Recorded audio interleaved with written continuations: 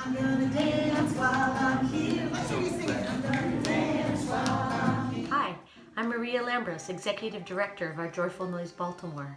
As a Maryland State Arts Council grantee, we are very excited about the work that we're doing with the Azure Concerts for Families Living with Autism. Our motto is all behaviors welcome, so that there is a high-quality artistic experience that the whole family can enjoy together in a safe and welcoming environment. I think they were taking things away from the music and those experiences that we may never even begin to understand. Our audiences have expressed so much gratitude for these concerts and feel that they are crucial for their families.